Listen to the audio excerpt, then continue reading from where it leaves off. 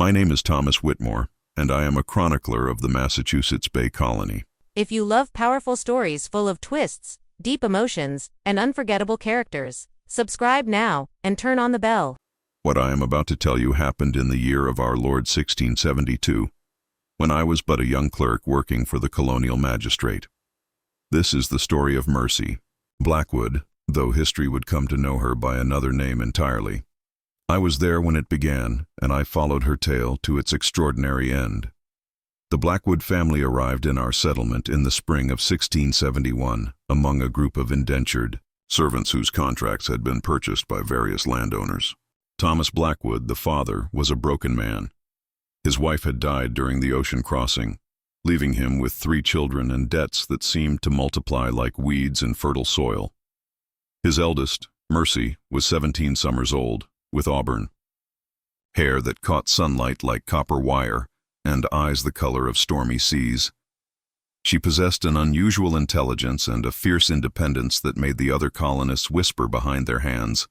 The Blackwoods settled in a cramped dwelling on the outskirts of our village, where Thomas struggled to make ends meet as a day laborer. His 2 younger sons, barely past childhood, helped where they could, but it was clear that the family teetered on the edge of destitution. Thomas had accumulated gambling debts back in England, and his creditors had followed him across the Atlantic, like hunting hounds tracking wounded prey. It was during the harvest season that Josiah Cornelius first laid eyes on Mercy Blackwood. Cornelius was 70 years old, a tobacco merchant who had amassed considerable wealth through shrewd business dealings and what some whispered were less than honorable practices. He had outlived 3 wives and was known throughout the colony for his ruthless pursuit of profit and his peculiar appetites. His plantation stretched for hundreds of acres along the river, worked by dozens of indentured servants and a handful of slaves he had acquired through questionable means. Cornelius had grown obsessed with the idea of acquiring a young wife, claiming he needed an heir to inherit his fortune. But those of us who knew him understood his true motivations were far darker. He had watched Mercy from afar during market days, his rheumy eyes following her movements as she helped her father sell the meager vegetables they managed to grow on their small plot. On a cold October morning, Cornelius arrived at the Blackwood cottage with 2 armed men and a leather satchel heavy with coins. I happened to be delivering legal documents to a neighboring farm and witnessed the entire exchange from behind a split-rail fence. Thomas Blackwood stood in his doorway, shoulders hunched with shame as Cornelius made his proposition. "Your debts. Total £43 sterling, Cornelius announced in his gravelly voice, consulting a ledger. I am prepared to pay £50 for your daughter's hand in marriage, and I will forgive the additional debts you've accrued for grain and livestock." Mercy burst from the cottage like a caged wildcat, her eyes blazing with fury. "Father, you cannot be considering this madness." "I am not livestock to be bartered away." Thomas could not meet his daughter's gaze. His voice was barely above a whisper when he spoke. "Mercy, child, we have no choice. They'll put us in debtor's prison, or worse. The boys can work. We all can work. There must be another way." But Cornelius had already begun counting coins into Thomas's trembling palm. "The girl will come to my plantation tomorrow at dawn. I've already spoken with Reverend Morton about performing the ceremony. Next week." Mercy's face went white as fresh snow. She looked from her father to the grinning merchant and back again, understanding finally that her fate had been sealed without her consent. "I will not do this," she declared, her voice carrying across the yard like a bell tolling. "I would rather die than become wife to this vulture." Cornelius chuckled, a sound like grinding millstones. "You'll find marriage to me quite comfortable, my dear. I have a large house, fine clothes, and you'll want for nothing." "Except my freedom, my dignity, and my soul," Mercy shot back. That evening, I visited the Blackwood cottage under the pretense of delivering additional legal papers. I found Mercy packing her few belongings into a cloth bundle, her father and brothers watching her with expressions of grief and guilt. She had accepted her fate, or so it appeared. "Perhaps it won't be as terrible as you fear," I offered, though the words felt like ash in my mouth. Mercy turned to me with eyes that held depths of determination I had never seen in one so young. "Mr. Whitmore, you seem like a decent man. Will you promise me something?" if it is within my power, remember my name. Remember that I existed before this transaction, before I became merely another possession in Josiah Cornelius's collection. Remember that I was Mercy Blackwood and I had dreams of my own. I gave her my word, not knowing then that I would be documenting something far more extraordinary than a simple tragedy. The next morning dawned gray and bitter, with frost coating the dying grass like scattered diamonds. I rose early and positioned myself near the path that led from the village to Cornelius's plantation, telling myself I was merely curious about the resolution of this sordid affair. In truth, something in Mercy's manner the previous evening had troubled my sleep. Cornelius arrived precisely at dawn with a wagon and 4 armed escorts. They waited outside the Blackwood cottage for nearly an hour before Thomas emerged, wringing his hands and stammering apologies. "She's gone," he announced. "Her bed wasn't slept in. She must have left during the night." Cornelius's face turned the color of a ripe plum. "Gone? Where could she have gone? This is wilderness for hundreds of miles in every direction." "I don't know, sir. She took only a few belongings and some food from our stores." The merchant began shouting orders to his men, demanding they search the surrounding farms and question every neighbor. But I had already begun to suspect where Mercy Blackwood had gone. There was only one place in our region where a young woman might disappear completely: the great forest that stretched westward from our settlement, an ocean of oak and pine that the natives called the Endless Woods. For 3 days, Cornelius's men combed the countryside, following every path and checking every barn and cellar. They found no trace of Mercy Blackwood. On the 4th day, Cornelius himself came to my office, his face haggard and his fine clothes rumpled. "You were there, Whitmore. You spoke with the girl. Where would she go?" I met his gaze steadily. "I'm afraid I have no idea, Mr. Cornelius. Young women are not typically versed in the art of disappearing into thin air." He studied me for a long moment, perhaps sensing that I knew more than I was revealing. "There's a reward," he said finally. £10 sterling for information leading to her recovery.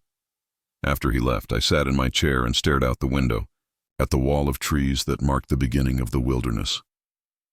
Somewhere beyond that green barrier, Mercy Blackwood was either dead or beginning a new chapter of her life that would defy everything our colonial society believed possible for a young woman alone. Winter came early that year, and with it came the first stories. Native hunters who traded with our settlement spoke of seeing a lone white woman in the deep forest, living in a shelter she had built herself near a freshwater spring. They described her as thin but healthy, dressed in a strange combination of European clothing and native garments she had apparently learned to make. Then came the tale from a group of trappers who claimed to have been rescued from a blizzard by a mysterious woman who appeared from nowhere, led them to safety, and vanished again before they could thank her properly. They described her hair as long and wild, her movements as silent as a ghost, and her knowledge of the forest as uncanny. Cornelius dismissed these stories as frontier nonsense, the product of too much rum and too many lonely nights around campfires. But the tales continued to multiply and grow more detailed with each telling. By spring, every trapper, hunter, and trader who ventured into the western forests had heard of the Forest Angel, a young woman who seemed to materialize from the woods themselves to aid lost travelers and tend to the injured. My curiosity eventually overcame my caution. In May of 1673, I arranged to accompany a fur trading expedition into the deep forest, ostensibly to document trade agreements with the native tribes, but in reality hoping to learn the truth about these extraordinary stories. We had been traveling for 5 days when disaster struck. Our guide, a seasoned woodsman named Jacob Porter, suffered a severe injury when his horse threw him against a tree. His leg was clearly broken, and he was losing consciousness from the pain. We were at least 3 days from the nearest settlement, and our group lacked the medical knowledge to properly treat his injuries. As we debated whether to attempt carrying Porter back to civilization or make camp and hope for the best, she appeared. I saw her first, a figure moving through the trees with the fluid grace of a deer, approaching our camp with no sound whatsoever. She wore a dress made of soft doe skin, decorated with intricate beadwork in patterns I had never seen before. Her auburn hair was braided with feathers and small bones, and her face had been weathered by sun and wind into something both beautiful and fierce. "Mercy," I called out, though I could scarcely believe my eyes. She paused at the edge of our camp, studying each member of our party with calculating eyes before focusing on the injured man. "He needs medicine," she said simply, her voice carrying the authority of someone accustomed to being obeyed. Without waiting for permission, she knelt beside Porter and began examining his injuries with gentle but confident hands. From a leather pouch at her waist, she produced various dried herbs and roots, mixing them with water from her own supply to create a paste that she applied to his wounds. "This will ease the pain and prevent infection," she explained as she worked. "But he cannot travel for at least a week." One of our trappers, a surly man named Coleman, stepped forward with his musket partially raised. "Now hold on there, missy. We don't know who you are or what kind of witchcraft." The words died in his throat as Mercy turned to face him. In that moment, I saw something in her eyes that had not been there during our previous encounter. A wildness, a dangerous calm that spoke of someone who had learned to survive in circumstances that would destroy lesser spirits. "My name is Mercy Blackwood," she said quietly, "and I am no witch. I am simply someone who has learned to read the forest's medicines." Over the following week, as Porter recovered under her care, I had the opportunity to observe the remarkable transformation that had occurred in the young woman I had known in the settlement. She moved through the forest as if she had been born to it, identifying edible plants, predicting weather changes by subtle signs in the sky, and demonstrating an almost supernatural ability to avoid dangerous animals and treacherous terrain. She had built herself a remarkable shelter in a grove of ancient oaks, woven from branches and sealed with clay, she had found near a riverbank. Inside, the walls were lined with drying herbs, woven baskets filled with preserved foods, and tools she had crafted from stone and wood. It was clear that this was not the desperate hideout of a frightened runaway, but the carefully constructed home of someone who had chosen this life deliberately. "How did you learn all of this?" I asked her one evening as we sat beside her fire, sharing a meal of venison and wild vegetables. "The Pequot woman, Singing Bird," Mercy replied. "I encountered her during my first week in the forest. I was starving and freezing, certain I would die within days. She found me unconscious beside a stream and nursed me back to health." She stared into the flames as she continued. Singing Bird had been cast out from her own tribe for practicing what they considered forbidden magic, the healing arts that combined traditional medicine with knowledge she had gained from captured European books. She was as much an outcast as I was, and we found kinship in our shared exile. Where is she now? She died during the winter, peacefully, in her sleep. But before she passed, she taught me everything she knew about surviving in the wilderness, about healing, about reading the signs that most people never notice. Over the following days, Mercy shared with me the story of her first year in the forest. It had been far from the romantic adventure that some of the traders' tales suggested. She had nearly died from exposure during her first month, had been stalked by wolves, and had survived on berries and roots until Singing Bird found her. But through determination and an apparently limitless capacity for learning, she had not merely survived, but had created a new life for herself. "Do you ever think of returning to civilization?" I asked. She laughed, but there was no humor in the sound. "To what? To become the property of Josiah Cornelius? To be traded away again when my father accumulates new debts? No, Mr. Whitmore. I have found something here that I never could have found in your settlement." "And what is that?" "Freedom. True freedom, not the illusion of it that your society offers to women. Here I answer to no one but myself. I live or die by my own choices, my own skills, my own courage." When Porter had recovered sufficiently to travel, our party prepared to return to the settlement. Mercy walked with us for the first day, ensuring that our injured companion was truly fit for the journey. As we reached the point where she would turn back to her forest home, I made her an offer. "Come back with us," I said, "not to marry Cornelius. That arrangement can be dissolved. But there are other ways to live in our community. You could serve as a healer, perhaps work with the town physician." She shook her head with a sad smile. "Your community would never accept what I have become.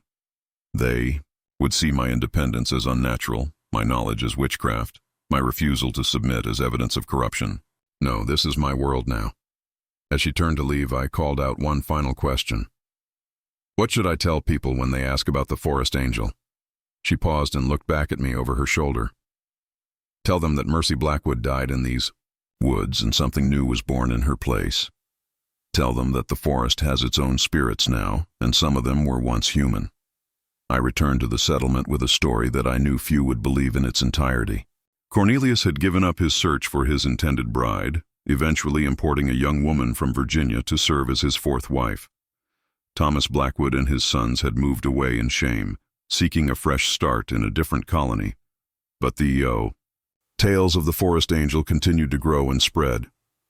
Over the following years, I collected dozens of accounts from travelers who claimed to have encountered Mercy in the wilderness. Traders spoke of a mysterious woman who would appear at their campsites to trade herbal medicines for metal tools and fabric. Hunters told of being guided to safety when they became lost in blizzards or fog. Native tribes began to speak of a white medicine woman who could heal wounds that their own healers could not touch.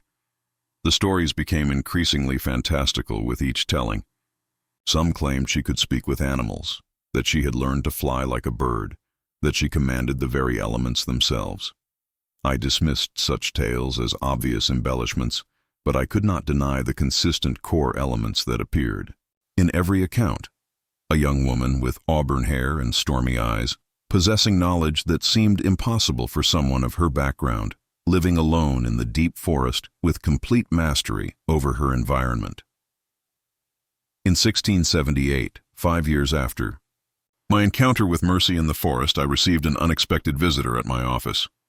A young native man named Tall Pine, whom I recognized as a frequent trader in our settlement, had come with a message. "The medicine woman wishes to speak with the man who writes words on paper," he announced. "She says to tell you that Mercy Blackwood sends her regards." My heart leapt at this unexpected communication. "She wishes me to come to the forest?" "No. She will come to the settlement, but only at night, and only to meet with you alone. She has things to tell you that she says you must write down." 2 nights later, I waited in my office long after the rest of the town had gone to sleep. Near midnight, I heard the softest of knocks at my door. When I opened it, I found myself face to face with a woman who was recognizably Mercy Blackwood, but transformed almost beyond recognition. She had grown taller, or perhaps simply carried herself with such confidence that she seemed to tower over her surroundings. Her skin was weathered to the color of warm honey, and her hair, now reaching nearly to her waist, was intricately braided with what appeared to be small animal bones and colored stones. She wore a dress of the finest doe skin I had ever seen, decorated with elaborate beadwork that told stories and patterns I could not decipher, but it was her eyes that showed the greatest change. They held depths of knowledge and experience that seemed impossible for someone who had lived fewer than 25 years. These were the eyes of someone who had seen things that most humans never encounter, who had learned secrets that civilization had forgotten. "Mr. Whitmore," she said, settling into the chair across from my desk as if we had spoken only yesterday, "I have a story to tell you, and I believe you are the only person in this settlement who might be willing to write it down. Truthfully, over the course of that long night, Mercy told me about her life in the forest during the 6 years since our previous meeting. She had become something unique in the colonial wilderness, a bridge between the European settlers and the native tribes, a healer whose knowledge combined the medical traditions of both cultures, and a leader among the growing community of outcasts and refugees who had found sanctuary in the deep woods. "There are others like me," she explained.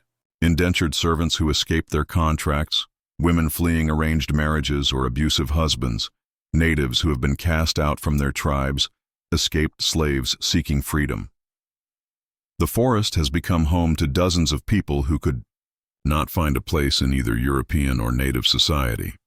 She described a hidden community that had grown up around natural clearings and freshwater springs, where people lived according to rules they had created for themselves rather than those imposed by distant authorities. They practiced a form of government based on consensus and mutual aid, where leadership was earned through wisdom and service rather than inherited or purchased. "We call ourselves the free folk," Mercy said. "And while we remain hidden from the colonial authorities, we have begun to establish trade relationships with several native tribes and even with some of the more isolated European settlements."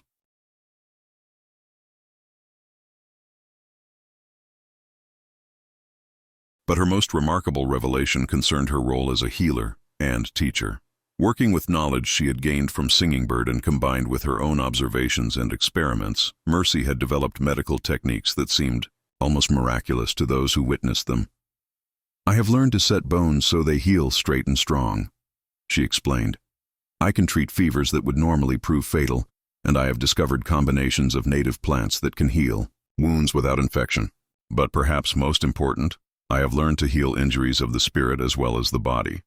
She told me about treating men and women who had suffered terrible trauma, torture at the hands of enemies, the loss of children to disease or violence, the psychological wounds that came from being torn away from everything familiar and thrust into an alien world. Through a combination of herbal medicine, careful counseling, and what she described as ceremonies that help people remember who they were before their pain, she had helped dozens of people rebuild their lives. "This is why I wanted to speak with you," she continued.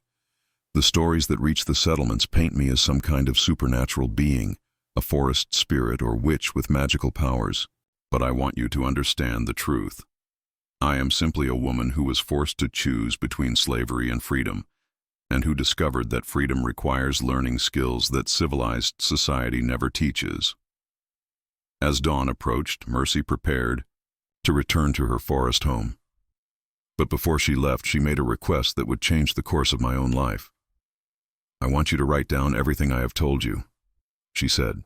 "Someday, when the world is ready to hear it, I want people to know that there was once a community in the American wilderness where people of all races and backgrounds lived together in peace, where women could lead and make their own choices, where healing was considered more important than wealth or conquest." I promised to do as she asked, though I wondered if such a day would ever come.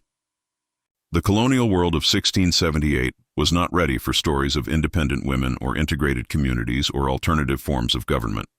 Mercy visited me twice more over the following years, each time bringing news of her growing community and sharing new stories of healing and adventure. During our final meeting in the spring of 1682, she appeared more serious than I had ever seen her. "Change is coming to the forest," she warned. "The colonial settlements are expanding westward, and it will not be long before our hidden villages are discovered. Some of my people want to fight, to defend our territory by force. Others believe we should retreat deeper into the wilderness. What do you think should be done?" "I think it is time for the free folk to step out of hiding," she said. "Not to fight or to flee, but to show the colonial authorities that there is another way to live in this land. We have proven that people of different races and backgrounds can work together, that women can lead as effectively as men, that communities can govern themselves without kings or magistrates." Her plan was ambitious and dangerous. She intended to arrange a formal meeting between representatives of the free folk and the colonial governors, offering to serve as intermediaries between the European settlements and the native tribes, in exchange for recognition of their community's right to exist. "It may not work," she admitted. "The colonial authorities may decide that we are a threat to be eliminated rather than a resource to be utilized. But I believe we have reached the point where hiding is no longer an option." I never saw Mercy Blackwood again after that night. Within a few months, I began hearing reports of increased military activity in the western forests, with colonial militias conducting what they described as pacification operations against hostile native bands and renegade settlers. The official reports spoke of successful engagements against savage insurgents, but the survivors who made it back to the settlements told different stories. They spoke of encountering organized resistance unlike anything they had faced before.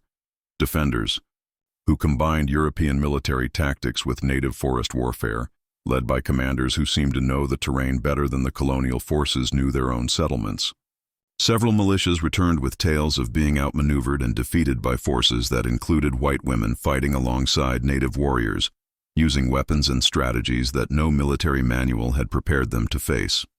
The most persistent story concerned a female leader whom the militiamen described with a mixture of fear and admiration. She was said to be tall and auburn-haired, dressed in a combination of European and native clothing, commanding respect from fighters of all races. Some claimed she possessed almost supernatural abilities, that she could appear and disappear at will, that she seemed to know her enemies' plans before they made them, that wounds inflicted by her weapons never healed properly.